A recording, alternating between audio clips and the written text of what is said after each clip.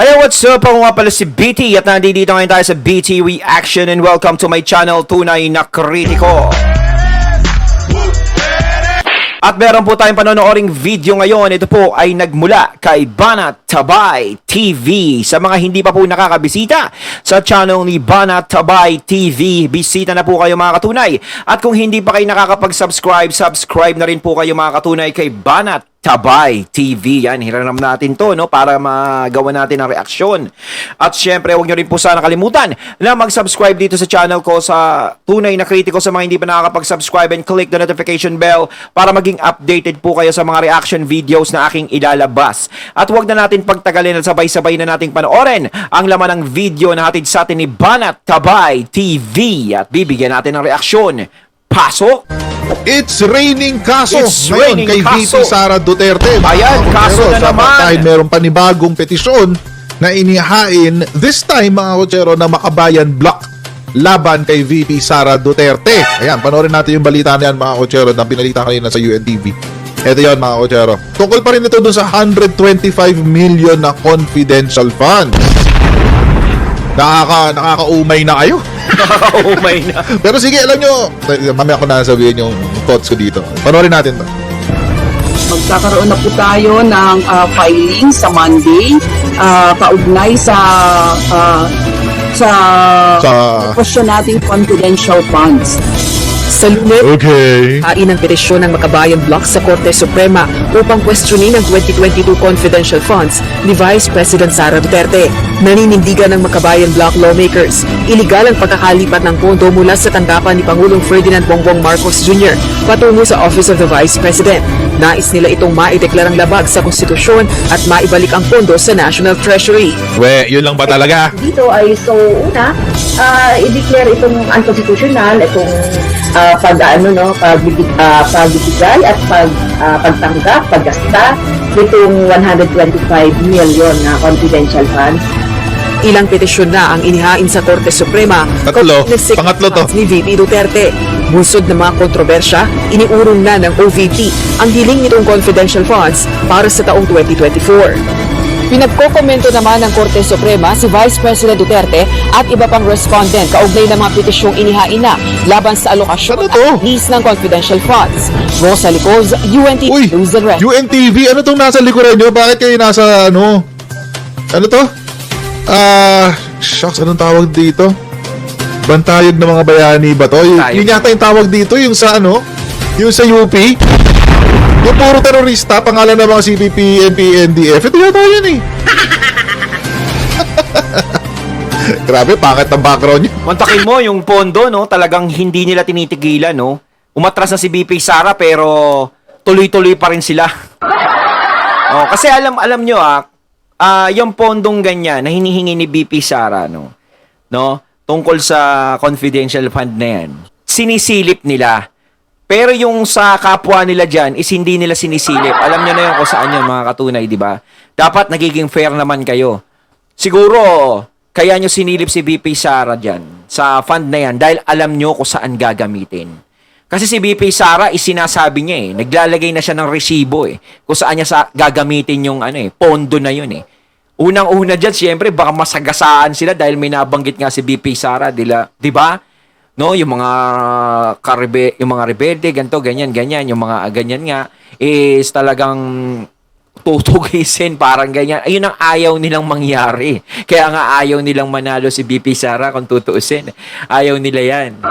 Alam nila mangyayari kasi. Kaya syempre, ang gagawin nila is gusto nilang magluklok. No, habang si BP Sara is hinihila nila pababa, is meron silang tao na manok nila, na bet nila, na alam na na pwede silang suportahan at konsintihin sa kung ano ang gagawin nila. So, yun ang ipupush nila ngayon. Kaso nga lang, syempre, sila nagpupush dun sa tao na gusto nila, pero yung taong bayan ang nagpupush naman kay BP Sara. Oh. Ngayon, sino ang mas malakas ngayon? Sila, dyan? Huwag na nating banggitin, Congress, ganyan. O yung taong bayan. Kahit saan mo palit-palitin, taong bayan talaga ang malakas. Puro terorista. Ay. Anyway. Balikan. Alam nyo, Diyos ko. so disappointed. Anyway, eto, balikan natin yung balita. Ang balita, mga kochero, ang Makabayan Black, no, si ACT Teachers Party List, Gabriela, Kabataan Party List, magpa-file na raw ng kaso laban kay VP Sara Duterte sa Korte Suprema tungkol pa rin ito dun sa 125 million na confidential funds na kanyang ginamit noong 2022. Ngayon, mga kutsero, babalikan ulit natin. This is the third already. Pangatlo na po ito. Basahin natin yung unang dalawa. Ito yung unang dalawa. Ito na muna yung kay Carpio. Ito na muna. Yung kala Barry Gutierrez. Ayan. Petitioners ask Supreme Court to declare 125 million transfer for OVP's confidential funds unconstitutional. Yung po ang balita ng CNN noong mga panahon na to, noong November 7. Wait. Wow, lakas maka-build up nung article ni ni CNN Lakas ng build up, guys. A group of lawyers, constitutional experts, and economists. Wow. A group of lawyers, constitutional experts, and economists filed a petition before the Supreme Court to declare the transfer of the 125 million confidential funds to the Office of the Vice President in 2022 as unconstitutional. Yan. So, ang mga kasama dito, yan nga, si Barry Gutierrez, Christian Monsod, Augusto Lagman, si Shelo Magno, yung pinalayas ng DOF dahil hindi siya team player. Kasama sila sa 11 petitioners. Okay. Tapos sa side naman nila, kanina yung sa side ng yung sa side ng yung sa side ng mga Makabayan Black, malabo walang sistema. Parang kinopya lang nila dito sa naunang dalawa. Ito yung question, ito yung sa kanila. The question of appropriation is important because these funds are the people's money, and therefore it is proper that the appropriation and use of the people's money be properly accounted for. Medyo malabo din ito, mga motherhood statements. Tapos, sumagot din dito ang OVP. Ang sabi ng OVP, malugod po namin tinatanggap ang pagkakataong talakayin ang legalidad ng paglilipat ng pondo. Umaasa kami na ang dunong ng Korte Suprema ay magiging daan upang tuluyang matapos ang usapin na ito. So, ayan yung sa una. Ito yung pinakauna. So, ayan yun. Pangalawa, sila Carpio. Patindi ng patindi. Yung una, mga abogado lang, tsaka isa sa mga participants ng paggawa ng 1987 Constitution. Ito naman, kasama na yung dating Senior Associate Justice. Na kahit wala naman ganun posisyon. Associate Justice lang naman silang lahat. Pero siya yung pinakamatagal kasi. Associate Justice, never the chief. Si Carpio. Other lawyers asked Supreme Court to declare rules on confidential funds unconstitutional. Iba naman to. Ang tutok naman ito ay yung what do you call this? Memorandum, di pala siya memorandum circular. Basta yung circular ng 2015. Okay, so COA Circular 2015. Yun po yung nagbibigay ng guidelines kung paano magbigay ng paano mag-appropriate o magsama ng budget ng confidential funds sa ating General Appropriations Act. So sa kanila naman, ito naman yung tutok nila. So magkaibang strategy po ito, tungkol sa confidential funds. Ito po yung una. Ito yung kala Barry Gutierrez, kala Lagman, kay dito. Ang pangalan niya si Monsod. Yun, si Monsod. Ang tutok nila ay yung pag-atake doon sa transfer ng 125 million. Sila Carpio naman, ang tutok nila ay doon sa rules ng paggamit ng confidential funds. So ito two-pronged ito. Medyo two-pronged siya. So, ito yung sinabi. The petitioners who include some members of the UP Law Batch 1975, priests, mahilig sa ganito eh. They make a spectacle out of their petitions. Ginagawa nilang parang event. Ang dami lang hinahatak. Filed a petition for certiorari and mandamus with urgent prayer for issuance of temporary restraining order. Okay, may pa-explain pa si Raptor dito. Certiorari involves the review of judgment, award, or final order on merits. Okay, fine. Sige. Ano yung ano nila? Ano yung final nila? Maliban sa certiorari. Certiorari based on what rule? Rule 65 to. Kasi review lang naman ng ano eh. Review ng tao dito. Ito nga, review ng judgment, award, and final order. So, baka rule 65 to. Or pwede Rule 45. Either of the two. Anyway, ito yun. Yan yung joint circular yung kino-question nila. Kasi mga kotsero, itong joint circular na to, tawag dito, ito yung nagbibigay ng guidelines kung paano gamitin ang confidential funds at sino ang qualified para bigyan ng confidential funds. At kung babasahin po natin ito, marami na ako na-discuss sa topic na ipinakita ko na yung ano, yung topic, yung dokumento na yun. Kung babasahin natin ito, makikita natin na ang civilian agencies ay qualified para magkaroon ng confidential fund. Number 1. Kontra po yan sa pinopropaganda ng ilang mga dalawamping CPP na hindi pwede ang civilian agencies. Number 1. Number 2, ang reportorial requirements po ng confidential funds ay mas mahigpit pa kumpara sa ibang mga proseso na ginagawa ng COA. That's number 2. Sobrang higpit yan, mga kotsero. In fact, sa reporting po ng confidential funds, hindi lamang COA ang binibigyan ng kopya ng kanilang report. Mas binibigyan din ng kopya ang presidente, binibigyan ng kopya ang Senate President, at binibigyan din ng kopya ang Speaker of the House. Ganun mo kahigpit yan, mga kotsero. Matindi hong pagbabantay siya. Pangatlo, bago ka makakuha ng confidential funds, ay tawag dito, merong very strict rules din sa pag-request at sa pag-disburse. So sa paghiling ng confidential funds ng budget at sa paglalabas ng budget ng confidential funds.